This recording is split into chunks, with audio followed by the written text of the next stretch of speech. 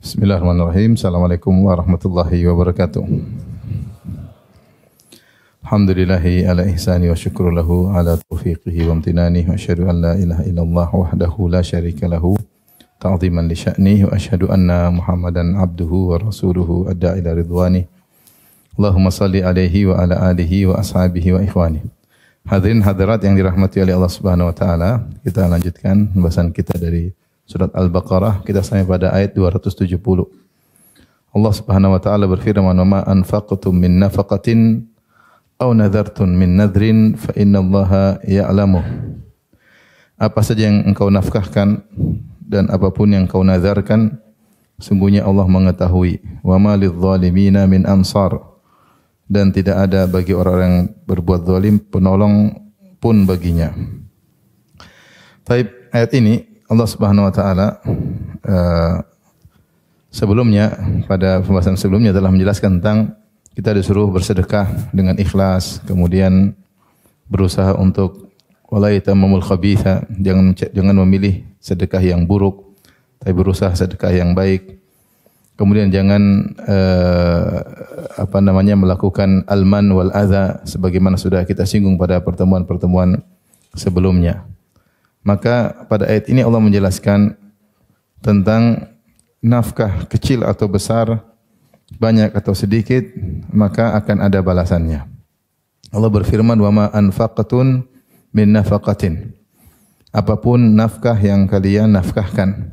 Di sini nafkah datang dalam konteks kalimat nakirah, dalam konteks kalimat jumlah syartiyah, maka memberikan faedah keumuman. Kalau kita artikan dalam bahasa Indonesia, nafkah apapun yang kalian infakkan. Nafkah apapun, mau besar, mau kecil, mau sedikit, mau banyak, mau terang-terangan, mau secara sembunyi, nafkah apapun. Demikian juga au nadhartum min nadhrin, atau nazar apapun yang kalian nazarkan, ya. Nazar apapun yang kalian nazarkan lalu kalian tunaikan, fa innallaha ya'lamu, maka Allah mengetahuinya. Dan ketika Allah mengatakan Allah mengetahuinya, maksudnya yaitu Allah akan membalasnya. Tapi di sini Allah menyebutkan tentang dua ibadah, nafkah dan menunaikan nazar. Sungguhnya nazar adalah ibadah, ya, yang sudah diketahui sebelum datang Islam, ya. Seperti Allah sebutkan tentang Maryam, ya, inni nadartu laka ma fi batni muharraran fataqabbal minni. Ketika dia bernazar kepada Allah Subhanahu wa taala bahwasanya kalau dia punya anak laki-laki maka akan dikhususkan untuk berkhidmat di Masjidil Aqsa. Ya, berarti dia melakukan apa? Nazar. Nazar anaknya akan dia serahkan untuk berkhidmat di Masjidil Aqsa. Demikian juga nazar sudah terkenal di zaman jahiliyah. Di antara dalil yang menunjukkan bahwasanya kaum jahiliyah dulu, kaum Quraisy, sudah terbiasa melakukan nazar, seperti nazarnya Abdul Muttalib. Abdul Muttalib ketika dia menggali Zamzam, kemudian ketika dia punya anak cuma satu, Al-Harith. Lantas dia mendapatkan Zamzam, akhirnya orang-orang Quraisy datang minta agar Zamzam tersebut milik mereka juga. Terjadi keributan. Sementara Abdul Muttalib tidak ada anak-anaknya yang bisa membelanya. Dia punya anak laki cuma satu. Sementara orang Quraisy anak-anaknya banyak. Maka dia bernazar, kalau saya punya anak 10, saya akan sembelih satunya. Saya akan sembelih apa? Satunya. Akhirnya Allah anugerahkan dia punya anak, saya punya anak 10. Kemudian yang dia nazar ya adalah Abdullah, bapaknya siapa? Bapaknya Nabi SAW untuk disembelih. Akhirnya dia pun sebagaimana kisah yang masyhur, akhirnya Abdullah tidak jadi disembelih dan akhirnya dia harus memotong 100 ekor onta sebagai pengganti Abdullah dalam kisah sirah Nabawi yang masyhur. Demikian juga disebutkan ibunya Al-Abbas, istrinya Abdul Muttalib, ada yang mengatakan namanya adalah Natlah binti Khabbab bin Kulayb, ada yang mengatakan namanya adalah Nutailah bintu Al-Khabbab bin Kulayb. Dia pernah kehilangan putranya Al-Abbas bin Abdul Muttalib. Ketika masih kecil anaknya hilang. Maka dia pun sangat sedih, lantas dia bernazar, kalau saya dapat anak saya Abbas, maka saya akan memakaikan kiswah Ka'bah dari dibaj, yaitu dari sutra, dari kain sutra.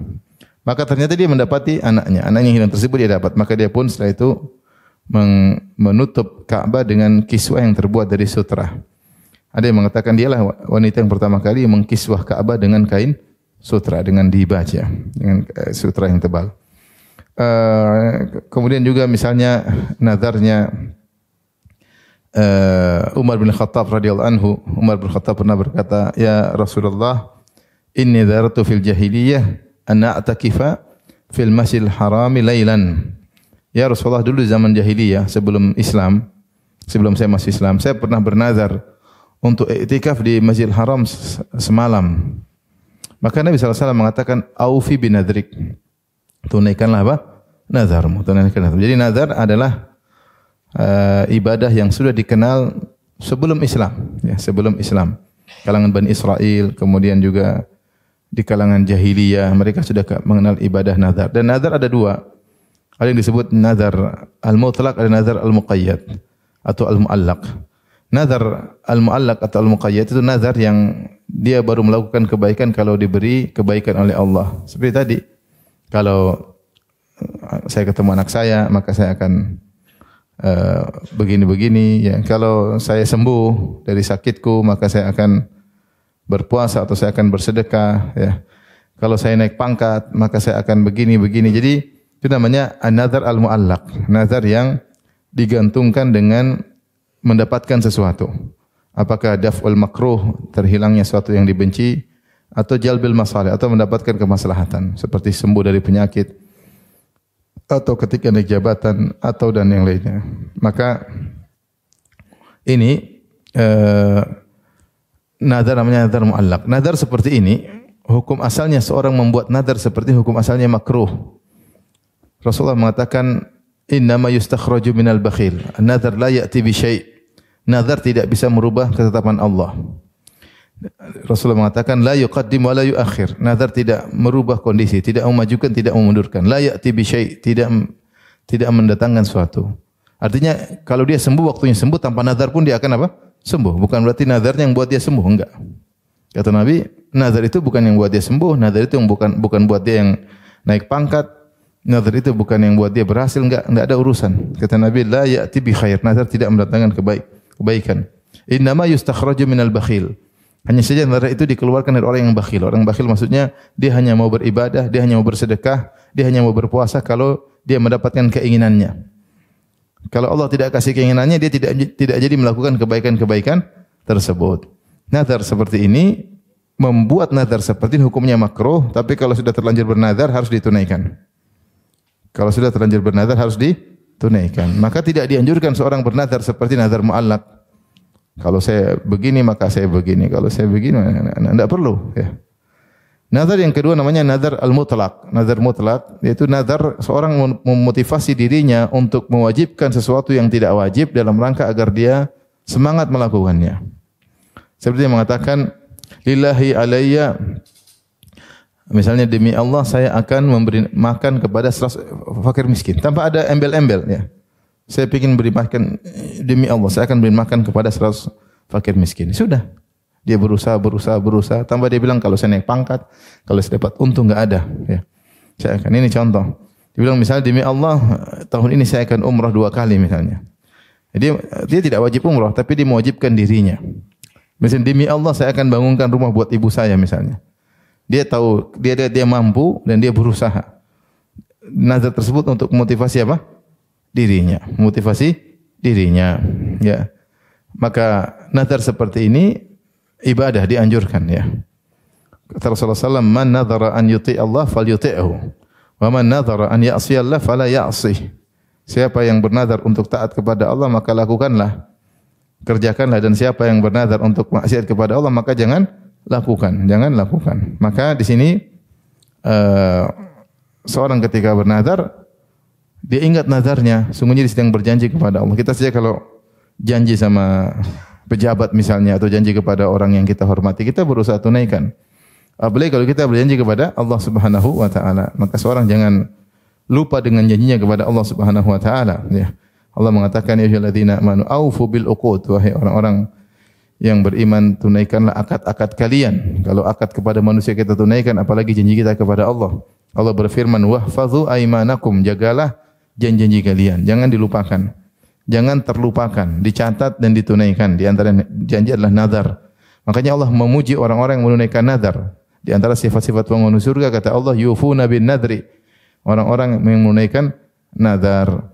Maka infak apapun yang kita keluarkan sedikit besar ya terang-terangan atau sembunyi-sembunyi, demikian juga nazar yang kita lakukan fa innallaha ya'lamu, sesungguhnya Allah mengetahuinya.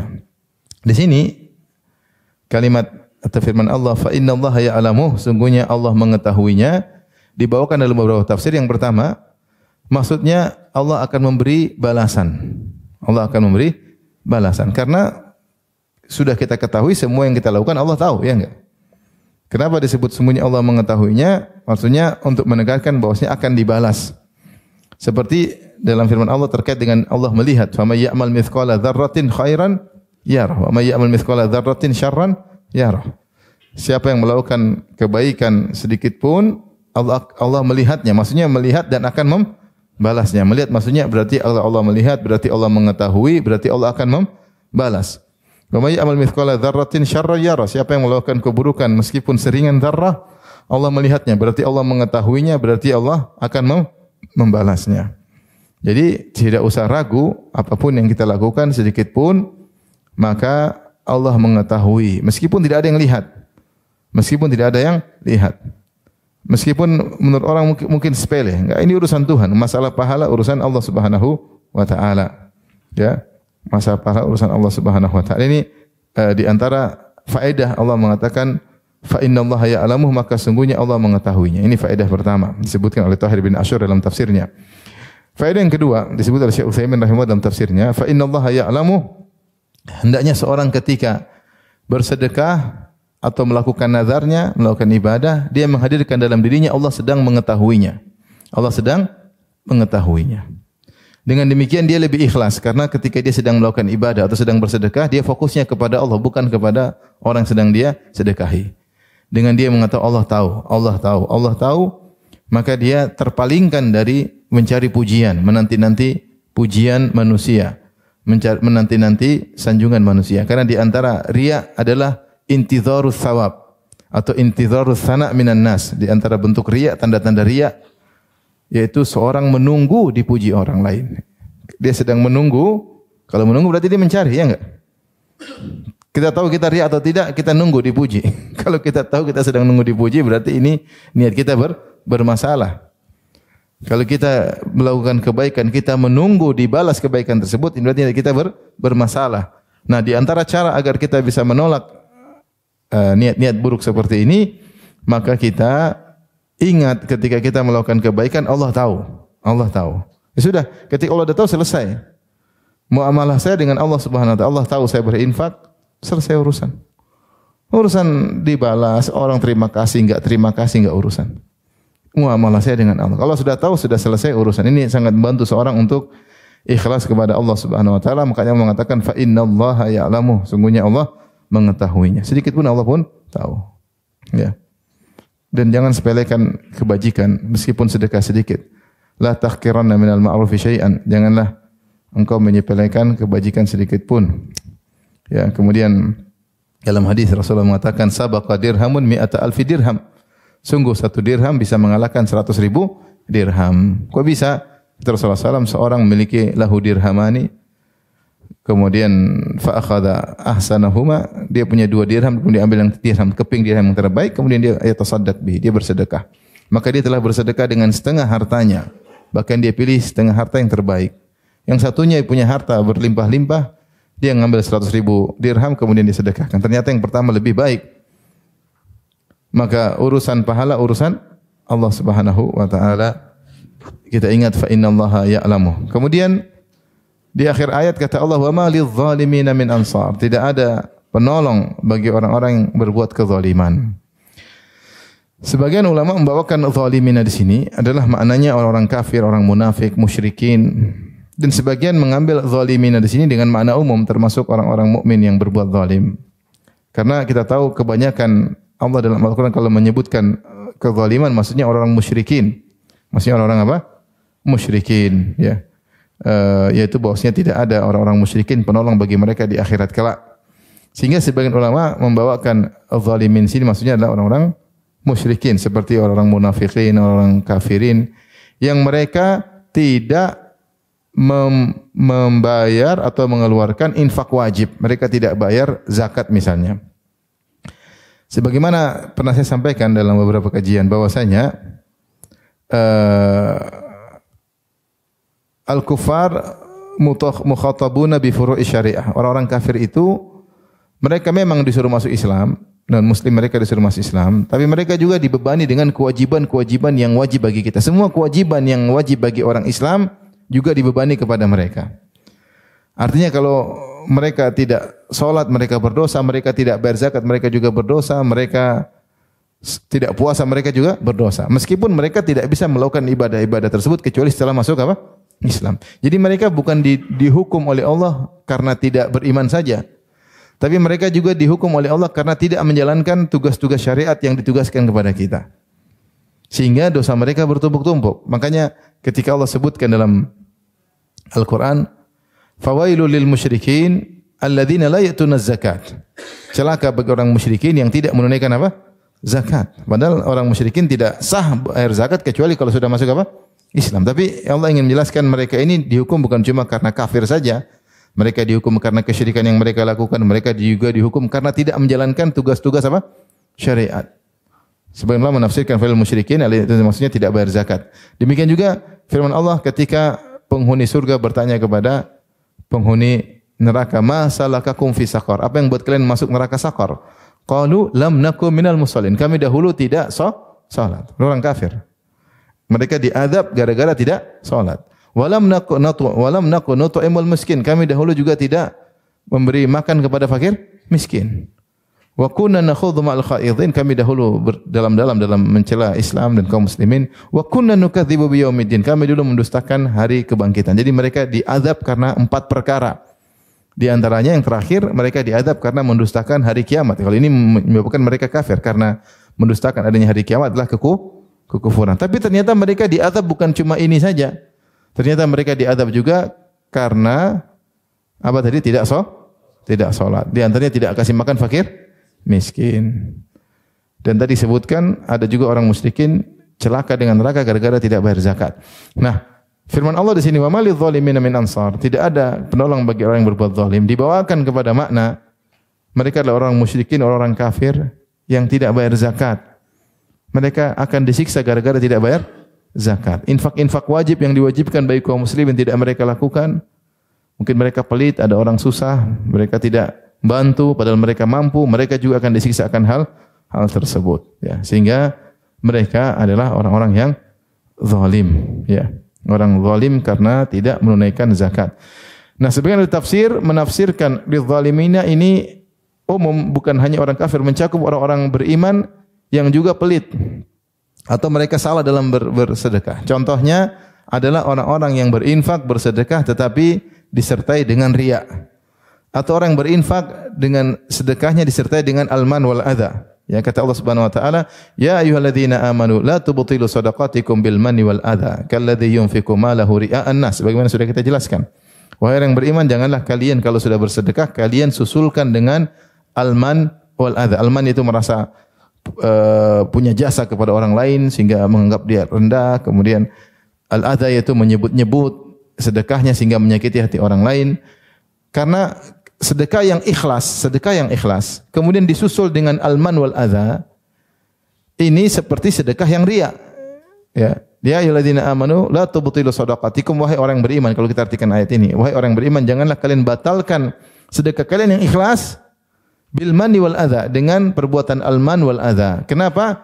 Kalladzi yunfiqu malahu ria'an nas. Maka hakikatnya seperti orang yang bersedekah dengan riya pun pahalanya batal. Sehingga orang yang bersedekah dengan riya kemudian dengan alman wal adha, dia telah menzalimi dirinya. Itu pun dia bersedekah. Itu pun dia menzalimi dirinya. Kenapa dia menzalimi dirinya? Dia terhalangi dari pahala yang banyak. Ya, dan tadi yang seharusnya sedekah itu adalah berpahala malah menjadi maksiat. Paham? Sedekah yang tadinya berpahala malah menjadi apa? Maksiat. Sedekah kalau ikhlas pahala, tapi jika sedekah tersebut dilakukan dengan riya maka berubah jadi maksiat. Sedekah yang ikhlas adalah pahala, tetapi jika dilakukan disertai dengan al-man wal adza jadilah maksiat. Ya. Al-maksiat. Maka Rasulullah mengatakan salasatun la yukallimuhumullah yaumal qiyamah wa la yanzuru ilaihim wa la yuzakkihim wa lahum adzabun alim. Ada 3 golongan yang Allah tidak akan berbicara dengan mereka pada hari kiamat. Allah tidak akan melihat kepada mereka dengan pandangan rahmat pada hari kiamat, dan bagi mereka azab yang pedih, di antaranya al-mannan. Al-mannan yaitu orang-orang yang suka bersedekah namun suka ungkit-ungkit. Yang belikan baju kamu siapa? Yang bangunkan rumah kamu siapa? Yang belikan sepeda motor kamu siapa? Yang nolong kamu waktu kamu sakit siapa? Dia ungkit-ungkit. Ini tadinya berpahala berubah jadi apa? Maksiat. Maka orang yang bersedekah, dia sedekah disertai dengan riya dan al-man wal adza, sungguhnya dia telah menzalimi dirinya sendiri. Demikian juga orang yang tidak bersedekah juga zalim. Orang yang tidak bersedekah, orang mukmin ada zakat dia tidak bayar, dosa atau tidak? Dosa. Dia tidak menunaikan sedekah wajib. Dia pelit, dia tidak perlu sedekah wajib. Harusnya dia berinfak untuk orang tuanya, harusnya berinfak untuk anak istrinya. Namun dia pelit, dia tidak infak, maka dia berdosa karena dia menahan diri dari membayar sedekah yang wajib. Maka dia telah berbuat zalim kepada dirinya dengan mendatangkan dosa kepada dirinya. Demikian juga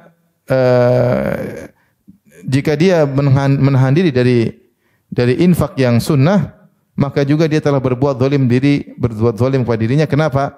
Kalau dia tidak menjalankan infak yang sunnah, maka dia menghalangi dirinya dari banyak kebaikan. Karena orang yang berinfak akan banyak kebaikan yang dia peroleh, sebagaimana sudah kita jelaskan dalam kajian-kajian sebelumnya. Makanya Allah berfirman tentang orang yang pelit, sungguhnya dia pelit terhadap dirinya. Wa may yabkhal fa innama yabkhalu an nafsihi. Siapa yang pelit, sungguhnya dia pelit pada dirinya sendiri. Ini maknanya wa malidh zalimina min ansar. Maka orang yang tidak berinfak, dia telah zalim kepada dirinya sendiri.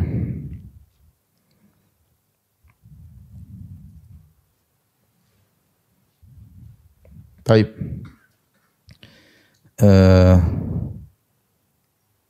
Kita lanjut ayat ke berapa?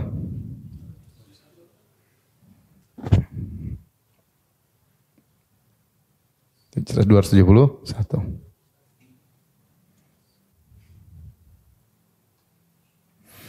Jadi tidak usah ragu untuk berinfak sedikit atau banyak, urusan pahala serahkan kepada Allah Subhanahu wa taala. Allah berfirman dalam surat At-Taubah 121, kata Allah, wala yunfiquna nafaqatan saghiratan wala kabiratan wala yaqta'una wadiyan illa kutiba lahum liyajziyahumullahu ahsana ma kanu ya'malun.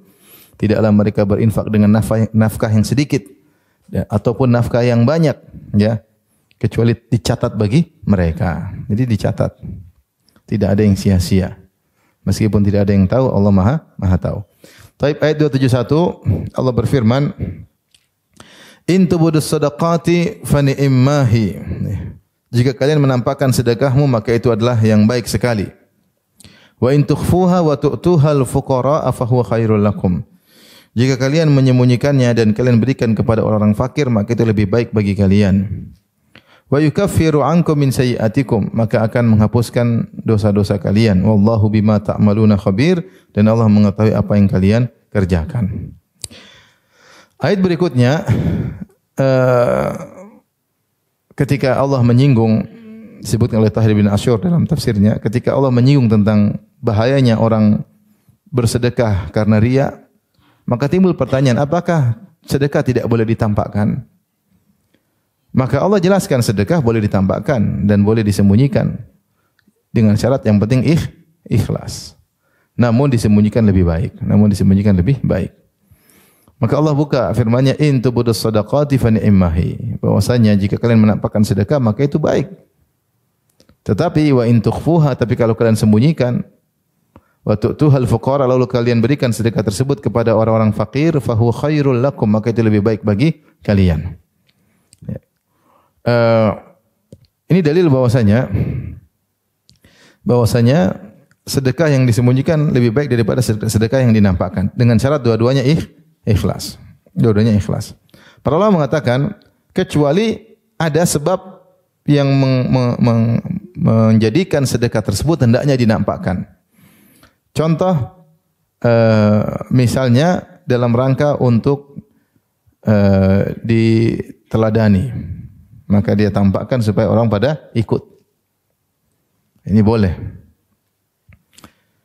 Demikian juga dalam rangka untuk menghindarkan celaan orang suudzon, disangka kamu pelit, ternyata kita tunjukkan sebagian sedekah kita supaya orang tahu kita tidak pelit, ya, karena orang suudzon. Ya. Maka ini kalau ada maslahatnya maka tidak mengapa dinampakkan. Secara umum sedekah ada dua, sedekah wajib sama sedekah sunnah. Sedekah wajib misalnya adalah bayar zakat. Sedekah sunnah adalah yang lainnya, ya. Hukum asalnya sedekah wajib seperti zakat. Hukum asalnya lebih baik ditampakkan. Karena sedekah zakat adalah syiar, ditampakkan. Dan juga agar menunjukkan bahwasanya syiar zakat tidak ditinggalkan.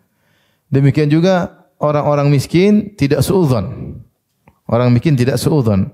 Jadi kalau kita diberi kelebihan harta oleh Allah, kita beri zakat terutama orang sekitar kita. Karena orang sekitar kita ini yang selalu melihat kita dalam kondisi hidup nyaman. Ketika kita membagikan sebagian harta kita kepada mereka, mereka tidak lihat kita dalam kondisi hasad. Kenapa? Karena mereka tahu mereka juga dapat bagian pada waktunya. Pada waktunya. Maka seperti ini zakat, maka lebih baik ditampakkan. Makanya Nabi SAW bahkan di akhir-akhir hayat beliau memiliki para petugas penarik zakat. Dikirim. Jadi terang-terangan.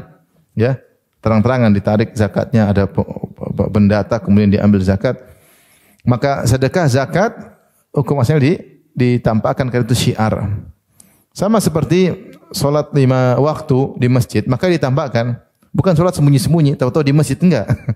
Jalan ke masjid biar orang lihat bahwasanya kita salat berjamaah di masjid. Ditampakkan, jangan riya, tapi jangan riya seperti itu. Jadi ini syiar. Jadi kita salat ke masjid. Beda dengan salat sunnah. Salat sunnah sebaiknya di mana? Di rumah. Jadi hukum asal yang wajib ini ditampakkan sebagian amal seperti sedekah yang wajib, zakat. Beda dengan yang sunnah. Yang sunnah hukum asalnya yang terbaik adalah disembunyikan. Disembunyikan. Dalil akan hal ini terlalu banyak. Di antaranya ayat ini. Wa in tukhfuha wa tu'tuhal fuqara. Kalau kalian menyembunyikan sedekah tersebut lalu kalian berikan kepada fakir miskin, fa huwa khairul lakum, maka itu lebih baik. Demikian juga hadis tentang 7 golongan yang Allah naungi pada hari kiamat kelak. Di antaranya kata Nabi sallallahu alaihi wasallam, rajulun tasaddaqa bi yaminihi fa akhfaha hatta la ta'lama shimaluhu ma tunfiqu yaminuhu. Seorang yang berinfak dengan tangan kanannya kemudian dia sembunyikan sampai tangan kirinya tidak tahu apa yang diinfakkan oleh tangan kanannya. Berarti dia sembunyikan sedekahnya. Maka ini menunjukkan sedekah yang sembunyi-sembunyi lebih baik. Demikian juga Nabi sallallahu alaihi wasallam bersabda, shadaqatus sir tudfi'u ghadabar rabb. Sungguhnya sedekah yang dikeluarkan diam-diam akan meredamkan kemurkaan Allah Subhanahu wa taala. Jadi hukum asal sedekah sir, sedekah sunnah, hukum asalnya adalah diam-diam, tidak ada yang tahu. Kecuali tadi ada kemaslahatan, kata Syekh Al-Utsaimin rahimahullah taala, Ibnu Utsaimin. 2, seperti misalnya adalah untuk al-ittisa, untuk uswah agar orang ikut. Seperti yang dilakukan oleh sahabat ketika ada orang miskin maka datang sahabat kemudian dia memberi sedekah di hadapan Nabi sallallahu alaihi wasallam. Akhirnya para sahabat yang lain pada ikut.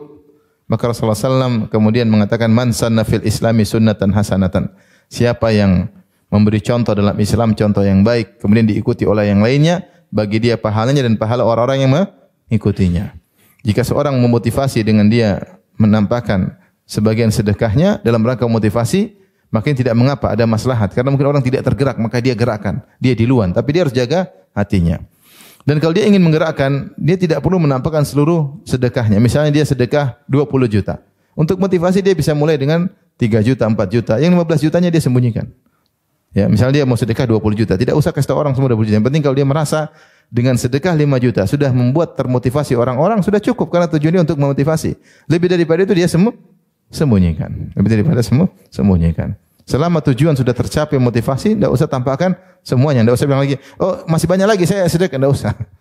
Biar itu yang lain Allah yang tahu. Contoh juga dia sedekah, dia tampakkan dalam rangka untuk terhindar dari celaan. Misalnya dia 10 bersaudara, kebanyakan ya 5 bersaudara. Kemudian mereka punya ayah atau ibu, 5 bersaudara. Terus dia selalu kasih sedekah sama ibunya, belikan apa-apa. Ibunya enggak pernah cerita kepada kakak-kakak dan adik-adiknya. Lantas kakak dan adiknya menurut kamu tuh pelit, enggak pernah kasih apa? Ibu. Ketika dia dituduh bosnya dia pelit, enggak apa-apa dia apa? Menampakkan sebagian agar tuduhan tersebut hilang. Ini tidak jadi. Maksudnya dia menampakkan dalam rangka menghilangkan apa? Tuduhan. Itu seperti orang kampung suudzon sama dia. Orang ini kaya tapi enggak pernah bantu, maka tidak mengapa sesekali dia tampakkan, dia panggil bagi-bagi makan, undang mereka makan sehingga terhilangkan tuduhan tersebut. Sisanya dia sembunyikan antara dia dengan Allah Subhanahu wa taala. Paham? Jadi saya ulangi, kalau sedekah zakat asalnya ditampakkan, dosa disembunyikan. Tapi kalau sedekah sunnah asalnya disembunyikan kecuali ada maslahat. Seperti tadi untuk memberi motivasi, yang kedua untuk menghindarkan dari celaan karena orang suudzon pada kita. Di sini Allah berfirman, in tubudu sadaqati fa ni'mahi. Sungguhnya kalau kalian menampakkan sedekah kalian dengan ikhlas maka itu baik.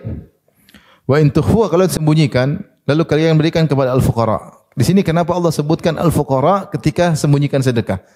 Bukankah sedekah ditampakkan juga untuk fuqara? Faham? Kenapa Allah tidak mengatakan in tubudu sadaqah lil fuqara? In tubudu sadaqati lil fuqara. Kenapa Allah tidak mengatakan lil fuqara jika kalian menampakkan sedekah untuk fakir miskin? Fakir miskin Allah tidak sebutin. Allah sebutkan fakir miskin ketika menyembunyikan sedekah yang disembunyikan. Wa in tukhfuha, dan jika kalian sembunyikan sedekah tersebut. Wa tu'tuhal fuqara, dan kalian berikan kepada para fuqara. Di sini ada faedah di antaranya, ada yang mengatakan kalau fuqara yang di depan-depannya kelihatan ya itu fakir. Ya. Tapi ada fuqara yang mungkin malu untuk apa? Minta-minta. Maka kita cari, kita yang apa? Kita yang cari. Ya, dan itu lebih tawadhu bagi kita. Kita yang cari, kita yang pastikan, kita yang kasih langsung. Sehingga tersembunyi, yang tahu hanya kita dan dia. Yang tahu hanya kita dan dia. Dan ini tidak menafikan sembunyi, ya. Ketika kita sedekah, kita kasih orang fakir tahu kita yang kasih, tidak apa-apa. Yang penting ada manfaatnya. Orang lain tidak tahu. Yang kedua, dia tidak malu. Dia tidak malu karena yang tahu cuma kita. Tapi beda kalau depan banyak orang lihat mungkin dia malu. Maka orang fakir ada dua. Lisaili wal mahrum. Ya Allah mengatakan ada yang minta-minta. Ya kalau yang fakir kita kasih. Ada yang mahrum, dia tidak minta-minta, dia malu, enggak enak, sembunyi. Nah, kita cari orang yang miskin yang mungkin tidak suka minta-minta, mungkin enggak enak. Kita dapat, kita kasih. Langsung ya. Jadi kita kasih. Dan ini faedahnya kita tawadhu, kita yang cari mereka, kita yang kasih apa? Mereka ya. Sehingga namanya sedekah dengan sembunyi-sembunyi butuh kegiatan plus, yaitu plus apa? Ngecek, plus cari, plus kita yang mengantarkan apa langsung. Ya meskipun dia tahu kita kasih, maka itu tidak menghilangkan nilai tersembunyi. Zaman sekarang mungkin kita bisa lebih menyembunyikan lagi dengan kita suruh kirim atas nama orang lain misalnya ke orang tersebut ya. Ya. Atau kita kirim tanpa harus konfirmasi kepada orang kita tahu dia butuh, kita kirim tanpa konfirmasi. Tapi kalau kita kasih tahu juga enggak apa-apa ya. Tidak menghilangkan apa ketersembunyian ya. Karena sebagian salaf mereka bahkan bersedekah tanpa diketahui oleh yang disedekahi. Seperti dilakukan oleh siapa? Ali bin Husain bin Ali, yaitu dikenal dengan Zainal Abidin. Yang beliau rahimahullahu taala berinfak mengayomi sekian puluh fakir miskin, maka sebelum subuh beliau taruh ya gandum, beliau pikul sendiri, bahkan beliau tidak nyuruh pembantunya untuk mikul, untuk menjaga ketersembunyian tersebut. Sehingga beliau pikul sendiri, letak, mereka pagi-pagi mereka dapati sudah ada makanan di depan pintu rumah. Karena kalau beliau suruh anak buah, mungkin anak buah juga tahu. Akhirnya beliau benar-benar ingin menyembunyikan. Baru ketahuan beliau yang sedekah ketika beliau meninggal, terlihat bekas hitam di pundak beliau karena beliau sering angkat gandum, kemudian bantuan tersebut terhenti. Baru ketahuan ternyata dia yang selama ini memberi sedekah ya. Ini tingkat tinggi. Padahal kalau kita kasih bantu orang yang miskin dan dia tahu, enggak apa-apa. Selama kita tidak tidak adza dan ikhlas. Enggak apa-apa. Tapi kalau dia tidak tahu itu lebih baik. Kalau dia tidak tahu itu lebih baik ya. Baik. Maka disebutkan syar khus wa tu'tuhal fuqara, dan kalian memberikan kepada fuqara agar kalian ngecek mana fakir tersebut yang mungkin tidak ketahuan dan kalian memberikan langsung, ini pahala lebih besar. Maka Allah mengatakan fahuwa khairul lakum, itu lebih baik bagi kalian. Lebih baik bagi kalian dari banyak sisi. Pertama, orang tersebut tidak malu karena hanya kita dengan dia, hanya kita yang tahu, kita kasih dia. Dan dia tidak perlu minta-minta, ya, karena minta-minta ini memalukan diri. Minta ini sesuatu yang memalukan. Orang merendahkan dirinya untuk minta-minta. Mungkin tidak melakukan minta-minta kecuali terpaksa. Tidak mampu baru minta-minta. Kalau mampu minta-minta tentu hukumnya haram. Kalau mampu terus minta-minta hukumnya apa? Haram. Yang boleh minta-minta kalau memang tidak mampu sama sekali dia boleh minta, ya. Dia boleh minta. Kalau mampu minta-minta ini tidak boleh ya, tidak boleh, dan itu perbuatan tercela. Ya, Rasulullah SAW telah sebutkan bagaimana ya seorang yang selalu minta-minta ya tanpa ada kebutuhan ya, maka dia akan datang pada hari kiamat kelak walaisa ala wajhi ya, maka dan wajah dia tidak ada daging sama sekali ya, karena selalu minta-minta. Kalau tidak mampu itu lain cerita ya. Taib, lebih baik bagi kalian karena kalian lebih ikhlas. Karena lebih apa? Ikhlas. Lebih ikhlas, orang tidak lihat, sehingga kalian lebih bisa menjaga hati kalian, dan tentu pahalanya lebih besar. Kemudian Allah mengatakan wa yukaffiru ankum min sayyi'atikum, dan perbuatan kalian tersebut akan menghapuskan dosa-dosa kalian. Ini dalil bahwasanya di antara amal soleh yang mudah menggugurkan dosa-dosa adalah sedekah. Oleh karenanya ketika Rasulullah SAW menasihati para wanita agar selamat dari neraka jahanam, Nabi berkata, ya ma'syaran nisa tasaddaqna fa innakunna aktsara hatabi jahannam. Wahai para wanita, bersedekahlah, karena banyak di antara kalian penghuni neraka jahanam. Itu kalian bersedekah agar selamat dari neraka. Ini dalil bahwasanya sedekah adalah amalan yang kuat untuk apa? Menghapuskan apa? Dosa-dosa. Dan subhanallah, sedekah luar biasa ya. Saya baru kemarin ketemu orang, katanya manfaat sedekah banyak ya. Banyak sedekah. Ketemu seorang, dia cerita, jadi ibunya kena kanker payudara ya.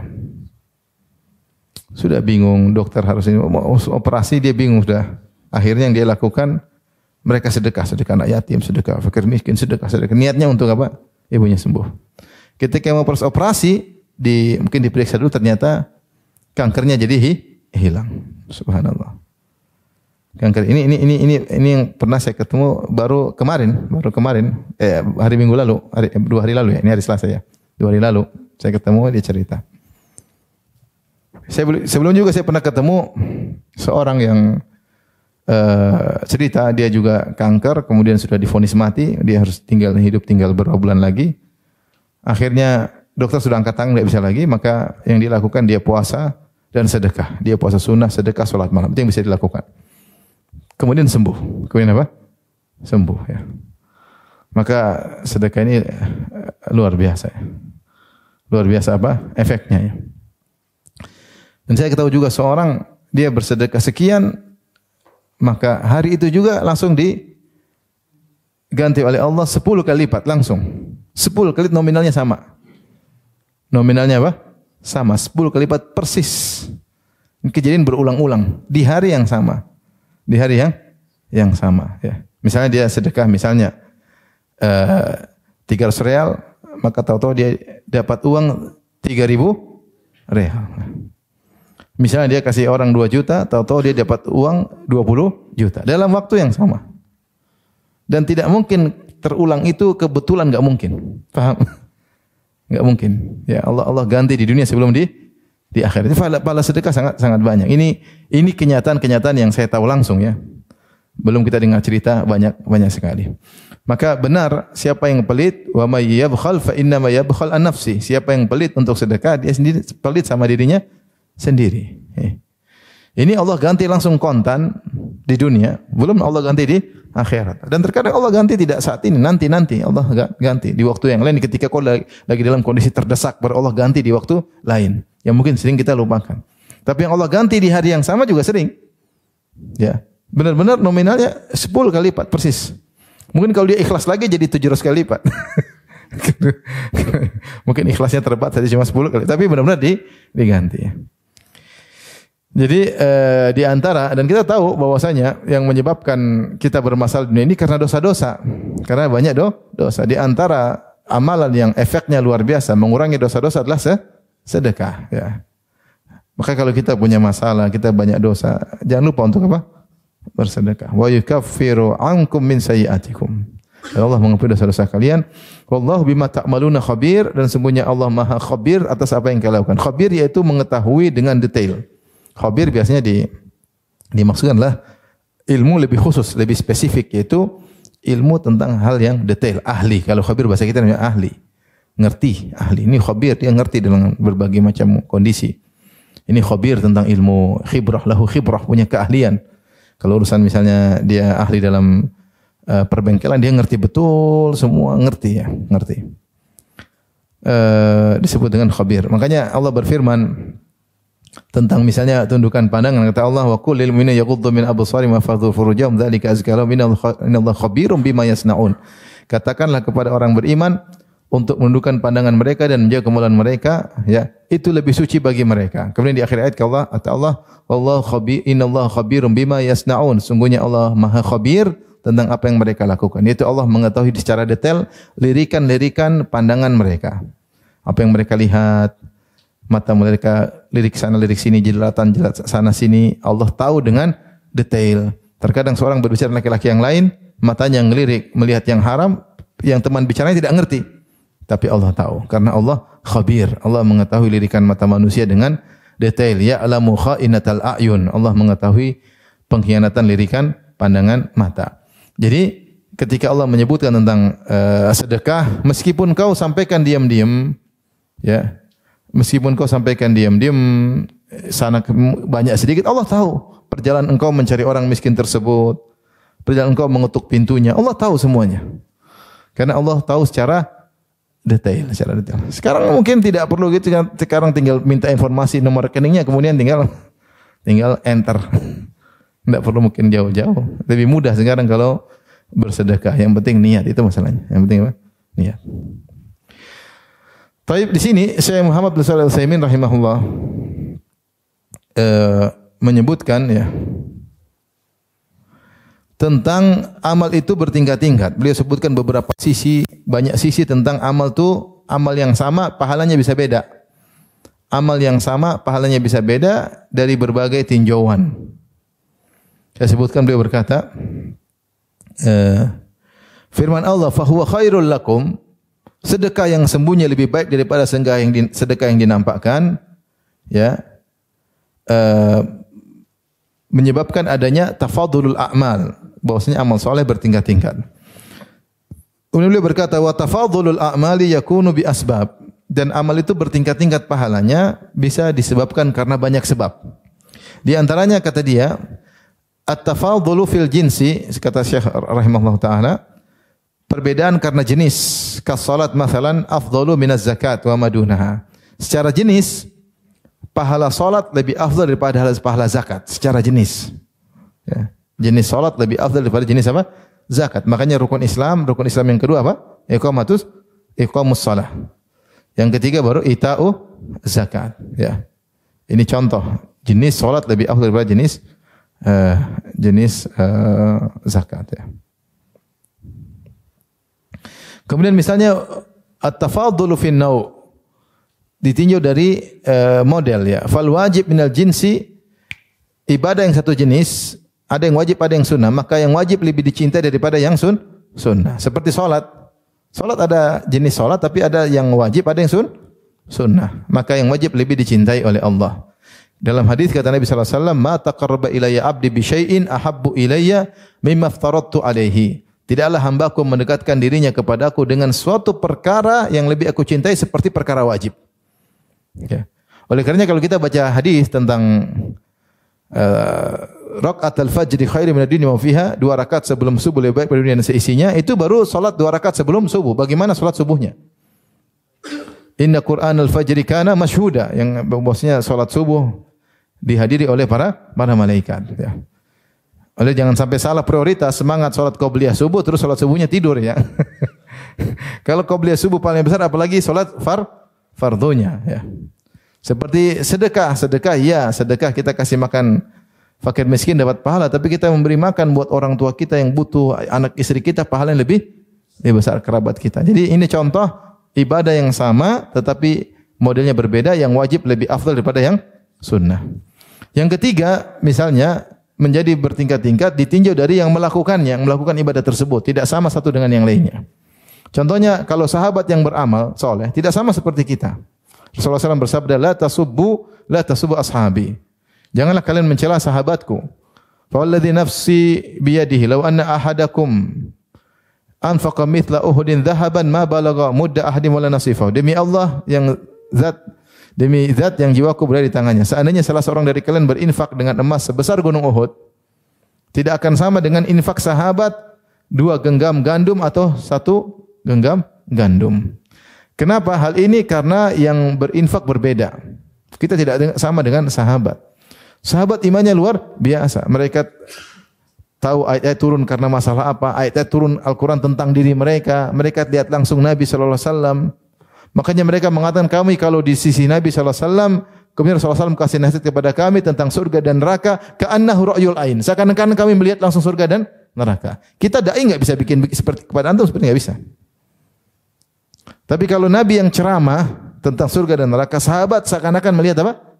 Langsung. Karena yang ceramah pernah lihat langsung. Nabi lihat surga dan neraka tidak? Pernah lihat. Nabi cerita seakan-akan hidup di depan mereka surga dan neraka. Iman mereka benar-benar tinggi. Mereka melihat ayat-ayat tentang pujian kepada Nabi, kalau kita cuma dengar, mereka lihat langsung sang Nabi tersebut. Sehingga iman mereka sangat tinggi. Ketika iman mereka sangat tinggi, kemudian di zaman dibutuhkannya para pejuang di zaman tersebut, dan mereka adalah pionir, maka kalau mereka melakukan sedikit amal, pahalanya jauh lebih besar daripada kalau kita yang melakukan. Maka amal soleh menjadi bertingkat tergantung siapa yang melakukannya. Contoh seperti kita dengan ulama. Kita baca Quran, ulama baca Quran, tentu beda. Kita baca Quran, Al-Quran, para ulama baca langsung tafsir berjalan di benak mereka. Baca Quran sambil tafsir berjalan. Beda dengan orang yang alif, lam, mim terbata-bata enggak tahu artinya apa ya. Beda dengan ulama yang baca sekaligus mereka ngerti apa? Beda.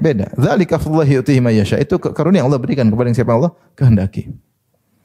Jadi yang melakukan ketika berbeda juga bisa menimbulkan efek pahala yang berbeda. Yang keempat, wa minha tafadhul bi'tibari zaman. Pahala bertingkat-tingkat karena waktu yang pelaksanaan yang berbeda. Seperti orang yang beramal soleh ketika 10 hari awal bulan Dzulhijjah. Ya, tentu pahalanya luar biasa. Demikian juga orang yang melakukan amal soleh ketika Lailatul Qadar. Lailatul Qadri khairum min alfi syahr. Tentu berbeda dengan dilakukan di hari-hari yang lain. Kemudian yang kelima contohnya, pahala menjadi bertingkat tergantung lokasi kita melakukan amal soleh. Seperti solat di Masjidil Haram tentu tidak sama seperti solat di tempat yang lainnya. Solat di Masjid Nabawi tidak sama seperti solat di tempat yang lainnya. Ya. Maka lokasi tanah suci menjadikan suatu pahala menjadi besar. Ya. Kemudian misalnya yang keenam, amal soleh bertingkat-tingkat karena keahlian seorang dalam mengerjakan amal soleh tersebut antara satu dengan yang lainnya. Seperti kata Rasulullah SAW, al-mahiru bil Quran, yang ahli baca Quran. Ma'as-safaratil kiramil bararah, maka bersama dengan para malaikat yang mulia dan baik. Walladhi yaqra'ul Qur'ana wa yatata'ta' fihi wa huwa alaihi syakkun lahu ajran. Dan orang yang baca Quran terbata-bata dan dia susah baca Al-Quran, bagi dia dapat 2 pahala. 2 pahala itu pahala baca Quran dan pahala kepayahan. Tetapi yang mahir lebih hebat bersama para malaikat yang mulia. Ya. Orang yang solat dengan solat yang benar-benar ikhlas beda dengan orang yang sekedar apa? Solat. Jadi maksud saya kualitas amal mempengaruhi apa? Kualitas pahala. Ada seorang berpuasa tapi benar-benar puasa dengan ketakwaan dengan puasa asal-asalan berbeda. Orang umrah satu dengan lain, satu umrah asal umrah, satunya dengan dia menghayati umrah tersebut berbeda. Satu haji asal haji yang penting jalani rukun-rukun selesai, beda dengan orang yang menghayati haji tersebut. Kualitas amal mempengaruhi kualitas pahala. Yang keenam. Yang ketujuh, kaifiyah, ya. Tergantung cara pelaksanaan ibadah tersebut. Di antaranya dalam sedekah, ya. Tadi dia sedekah dengan menyembunyikannya. Sama-sama sedekahnya sama, jumlahnya sama, sama-sama diberikan kepada orang miskin, tapi cara dia kasih sedekah beda. Caranya dia dengan sembunyi. Dengan sembunyi ini menjadikan pahala bisa berbeda, ya. Dan tentu banyak sisi yang ini di antara yang disebut oleh Syekh Al-Utsaimin rahimahullahu ta'ala.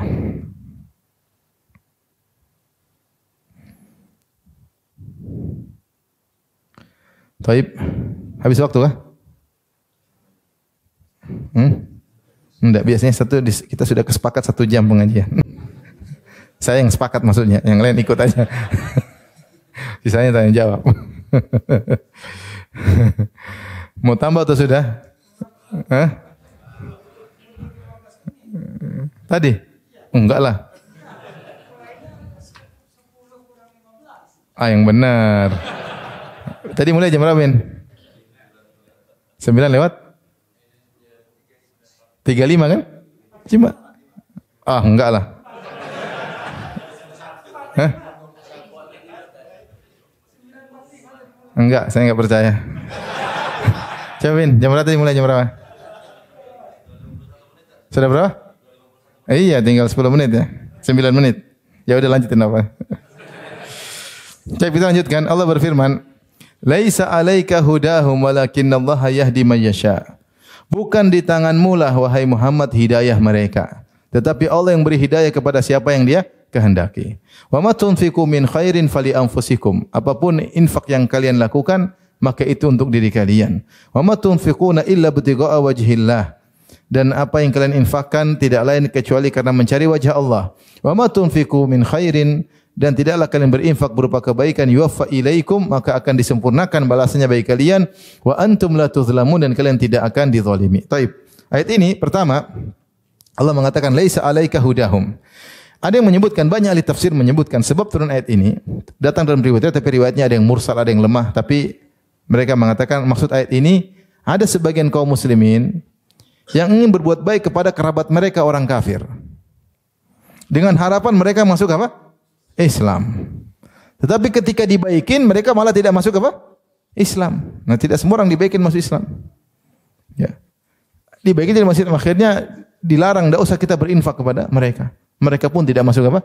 Islam. Maka Allah tegur atau Allah jelaskan, laisa 'alaika hudahum. Hidayah mereka itu bukan di tanganmu wahai Muhammad. Kau infak sama mereka, mereka dapat hidayah atau tidak ada hidayah, urusanku. Faham? Kita tahu hidayah ada 2. Ada namanya hidayatul taufik, ada namanya hidayatul bayan wal irsyad. Hidayatul bayan wal irsyad maksudnya hidayah untuk menjelaskan. Maka orang yang terbaik untuk menjelaskan hidayah, menjelaskannya adalah Nabi sallallahu alaihi wasallam. Allah berfirman, "Wa innaka latahdi ila siratim mustaqim." Engkau sungguh-sungguh memberi petunjuk kepada jalan yang benar. Dan para nabi adalah orang yang paling hebat dalam menjelaskan apa? Kebenaran. Seperti Nabi Ibrahim berkata kepada ayahnya, "Ya abati inni qad ja'ani minal ilmi ma lam ya'tika fattabi'ni ahdika siratan sawiyya." Wahai ayahanda, aku punya ilmu yang kau tidak punya, niscaya aku akan beri petunjuk kepada engkau kepada jalan yang lurus. Hidayah penjelasan. Ya. Nabi Musa alaihissalam berkata kepada apa? Fir'aun. Ya. Dia mengatakan, "Ahdika, aku beri petunjuk kepada engkau, ya, wahai Fir'aun." Ya. Ya. Maka setiap nabi adalah yang paling terbaik dalam memberi penjelasan. Tetapi ya makanya nabi adalah orang yang paling ansah, yang paling fasih dalam bahasa Arab, yang paling fasih dalam bahasa Arab. Yang paling pingin kebaikan kepada umatnya Nabi sallallahu alaihi wasallam, ya. Yang paling semangat juga Nabi, maka dia sempurna dalam sisi memberi petunjuk. Tetapi kalau petunjuk hati itu cuma hak Allah Subhanahu wa ta'ala. Ini yang Allah nafikan. Laisa 'alaika hudahum. Bukan tanggung jawabmu mereka dapat hidayah wahai Rasulullah. Hidayah urusan apa? Allah. Innama 'alaikal balagh. Kau tugasnya hanya untuk apa? Menyampaikan. Untuk menjelaskan. Tetapi hidayah taufik orang jadi sadar itu adalah urusan Allah Subhanahu wa taala. Makanya ketika Nabi berdakwah dalam tanda kutip habis-habisan kepada pamannya Abu Talib, karena begitu sayangnya dia kepada Abu Talib tidak dapat hidayah. Allah mengatakan innaka la tahdi man ahbabta. Kau tidak bisa beri petunjuk kepada orang yang kau cintai, ya. Allah yang kasih petunjuk, terserah Allah. Kata Allah di sini, walakinnallaha yahdi may yasha. Kata Allah, laisa 'alaika hudahum walakinnallaha yahdi may yasha. Bukan urusanmu hidayah mereka. Mereka dapat petunjuk, hati mereka dapat petunjuk iman, bukan urusan Muhammad. Walakinnallaha yahdi may yasha. Allah yang beri petunjuk kepada siapa yang Allah kehendaki. Allah suka yang mana Allah yang tahu, kita enggak tahu. Dalam ayat yang lain, innaka la tahdi man ahbabta walakinnallaha yahdi may yasha. Allah memberi petunjuk kepada siapa yang Allah kehendaki. Wa huwa a'lamu bil muhtadin, dan Allah lebih tahu mana yang bisa dapat hidayah. Jadi masalah hidayah urusan Allah Subhanahu wa taala. Seakan-akan Allah mengatakan, wahai Muhammad, kalau mau sedekah saja. Kalau memang berbuat baik pada orang kafir silakan, tidak masalah. Dan mereka hidayah enggak ada masalah, ya. Tidak harus mereka dapat apa? Hidayah. Oleh karena ijma' ulama bahwasanya sedekah sunnah bukan sedekah wajib. Kalau sedekah wajib zakat enggak boleh kepada orang kafir. Tapi kalau sedekah sunnah maka boleh. Sedekah zakat fitr ada khilaf. Tapi kalau sedekah zakat adalah untuk orang muslim. Karena Rasulullah mengatakan tu'khadhu min aghniyaihim faturaddu ila fuqara'ihim. Sedekah diambil orang kaya dikembalikan kepada orang miskin di kalangan kaum muslimin. Jadi kalau zakat hanya untuk orang muslim. Meskipun ada berpendapat boleh untuk muallaf, ya, tapi yang kebanyakan ulama mengatakan, bahkan mengatakan ijma, zakat tidak boleh kepada orang non muslim. Tetapi kalau sedekah sunnah ijma ulama boleh. Dalil yang menunjukkan akan bolehnya hal tersebut 3 ayat. Ayat pertama ayat ini. Laisa 'alaika hudahum walakinnallaha yahdi. Ayat ini terkait dengan sedekah di mana kaum muslimin ingin bersedekah kepada sebagian kerabatnya agar mereka masuk apa? Islam. Ternyata ketika tidak masuk Islam kata mereka, udah ngapain kita kasih sedekah, enggak masuk Islam juga. Kata Allah, kasih saja. Hidayah urusan apa? Allah. Ayat yang kedua, Allah Subhanahu wa taala berfirman, wa itu'imuna ta'ama dalam surat Al-Insan, wa itu'imuna ta'ama ala hubbihi miskinan wa yatiman wa asira. Innama nut'imu liwajhillah. Dan mereka memberikan sedekah kepada fakir miskin, kepada anak yatim, kepada tawanan. Dan tawanan di negeri Islam pasti orang kafir. Perang ada tawanan. Tapi kata Allah, mereka memberi makan kepada tawanan. Berarti mereka memberi sedekah kepada fakir miskin atau tawanan. Dari tawanan tuh orang kafir. Berarti boleh enggak? Boleh. Ayat yang ketiga seperti firman Allah Subhanahu wa taala, la yanhakumullahu 'anil ladzina lam yuqatilukum fid din wa lam yukhrijukum min diyarikum an tabarruhum wa tuqsitu ilaihim. Allah tidak melarang kalian untuk berbuat baik dan berbuat adil kepada orang-orang kafir yang tidak memusuhi agama kalian dan tidak mengusir kalian dari negeri kalian. Tidak mengapa. Berbuat baik di antaranya dengan bersedekah kepada orang kafir. 3 ayat ini menunjukkan bahwasanya sedekah sunnah tapi ya, kepada orang kafir boleh. Di antaranya ayat ini. Apalagi tujuan kita agar dia dapat hidayah. Kalau tidak dapat hidayah, paling tidak dia punya pandangan positif bagi terhadap orang Islam. Kita pikir untuk dakwah. Walakinnallaha yahdi may yasha, tapi Allah memberi hidayah kepada yang Allah kehendaki. Nabi berusaha melakukan berbagai macam cara agar orang dapat hidayah, ternyata hidayah di tangan Allah. Saya sering sampaikan, orang munafik semua sebab hidayah sudah ada di depan mata mereka. Mereka salat bersama Nabi, mereka dengar ceramah Nabi, mereka ikut jihad Nabi, mereka melihat mukjizat Nabi, mereka melihat akhlak Nabi, mereka pandai bahasa Arab. Semua sebab hidayah ada, tapi mereka tidak dapat hidayah karena hidayah di tangan Allah Subhanahu wa taala. Setelah itu Allah berfirman, "Wa ma tunfiqu min khairin fali anfusikum." Perhatikan sini. Kebaikan apapun yang kalian infakkan untuk kalian sendiri, bukan untuk orang lain. Kalian infak itu untuk kalian sendiri, bukan untuk orang lain, apalagi untuk Allah. Kalau kalian berinfak kepada fakir miskin, sebenarnya hakikatnya bukan untuk fakir miskin, untuk kalian apa? Sendiri. Ini peringatan agar kita ketika kita bersedekah, jangan kita pikir kita kasih manfaat sama orang miskin. Enggak. Yang benar kita kasih manfaat sama dia, tapi manfaat utama untuk diri sendiri. Manfaat terbesar. Yang utama adalah untuk diri sendiri sebelum manfaat untuk orang miskin. Ini agar harus kita cara berpikir begini agar kita tidak merasa mentang-mentang sama dia. Kita bantu orang, benar dia dapat manfaat, tapi manfaat yang paling utama yang lebih besar adalah kepada kita, bukan kepada dia. In ahsantum ahsantum li anfusikum. Kalau kalian berbuat kebaikan untuk diri kalian. Wa ma tunfiqu min khairin fali anfusikum. Kebaikan apapun yang kalian infakkan maka untuk diri kalian. Bukan untuk orang lain, ya. Kemudian jadi Allah menyebutkan tentang infak tiga deretan statement. Wa ma tunfiqu min khairin fali anfusikum.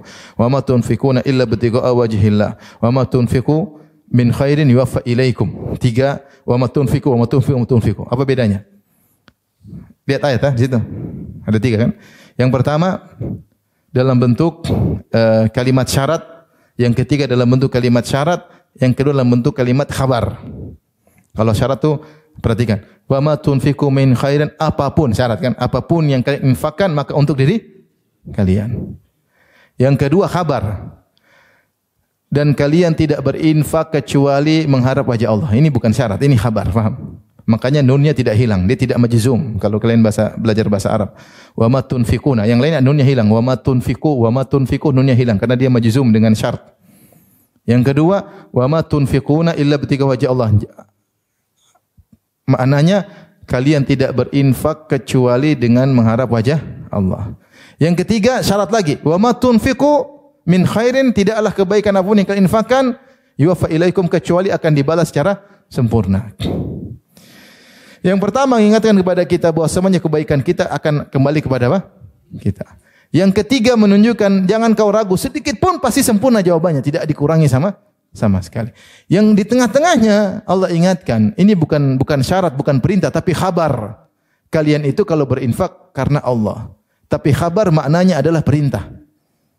Saking kuatnya perintah tersebut sampai Allah datangkan dalam bentuk khabar.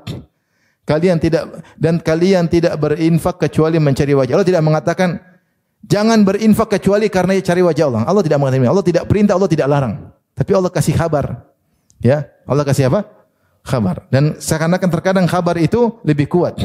Ya seperti firman Allah, "Wa ma kana yanbaghi lirrahmani ayyakuna walada." Tidak pantas bagi Allah untuk punya apa? Anak. Artinya jangan bilang Allah punya anak. Ya, paham? Seperti ini. Sehingga ini mengisyaratkan bahwasanya ikhlas dalam berinfak suatu hal yang sangat ditekankan. Seakan-akan Allah mengatakan namanya orang beriman itu tidaklah berinfak kecuali karena mencari wajah Allah. Ma tunfiquna illa ibtigha wajhi Allah. Ini khabar, dan kalian tidak berinfak kecuali karena mencari wajah Allah. Bukan perintah, bukan larangan. Tapi khabar ini mengandung perintah. Jangan sampai kalian berinfak kecuali mencari wajah Allah. Ini harus kita tekankan agar kita bisa dibalas oleh Allah dengan sempurna dan agar kebaikan tersebut bisa kembali kepada kita dengan sempurna, harus ikhlas. Dan ini menunjukkan ada sifat wajah Allah Subhanahu wa taala. Ya, tentu wajah Allah tidak sama dengan wajah manusia, sebagaimana sifat-sifat Allah tidak sama dengan sifat-sifat manusia, ya. Wajah Allah adalah sebagaimana disebutkan bercahaya, kemudian merupakan puncak kelezatan yang dilihat oleh penghuni surga ketika di akhirat kelak. Jangan dibayangkan seperti wajah makhluknya, tentunya tidak sama. Kita saja kalau bilang apa? Mata manusia, terus kita bilang mata pancing, apakah terbayang kita bilang mata pancing seperti mata manusia? Tidak kan? Kita bilang telinga kuali itu ada telinganya kan? Terus kita telinga manusia. Apa kita bilang telinga kuali, kita bayangkan telinga manusia? Tidak, masing-masing ada sifatnya khusus, ya. Demikian juga kalau kita bilang Allah punya tangan, jangan bilang seperti tangan manusia, ya. Karena kita tidak bisa bayangkan, ya sudah. Bagaimananya kita tidak tahu. Makanya ketika seorang datang bertanya, "Ya Imam Malik, Allah beristiwa. Bagaimana cara beristiwa?" Maka Imam Malik marah. Kata Imam Malik, "Al-istiwa'u ma'lum." Allah beristiwa sudah jelas dalilnya. Wal imanu bihi wajib beriman. Dalam Al-Qur'an 7 kali Allah sebutkan Allah beristiwa. Kemudian wal kaifu majhul, bagaimananya tidak ada yang tahu. Dalam riwayat ghairu ma'qul, tidak bisa dipikirkan bagaimananya. Wa su'alu anhu bid'ah, bertanya tentang bagaimana adalah bid'ah. Maka di antara puncak kelezatan seorang adalah melihat wajah Allah pada hari kiamat kelak. Makanya di antara doa Nabi, as'aluka ladzatan nadhari ila wajhik, aku mohon kepada engkau kelezatan memandang wajahmu. Maka seorang ketika berinfak, dia berharap agar bisa melihat wajah Allah pada hari kiamat kelak. Kata Allah di akhir, wa antum la tuzlamu, dan kalian tidak dizalimi sama sekali, tidak ada kebaikan yang tidak tercatat. Malaikat lupa catat enggak ada dalam kamus, ya. Kita kemarin malaikat kok lupa catat, enggak ada. Semua tercatat, tidak dizalimi. Pasti ada balasannya. Pasti ada balasannya. Kalau tercatat pun tidak terkurangi, ya. Maka tidak usah khawatir, kebaikan apa yang kita lakukan pasti akan dibalas dengan sempurna oleh Allah Subhanahu wa taala. Baik, demikian saja. Subhanakallah bihamdik asyhadu an la ilaha illa anta astaghfiruka wa atubu ilaik. Assalamualaikum warahmatullahi wabarakatuh.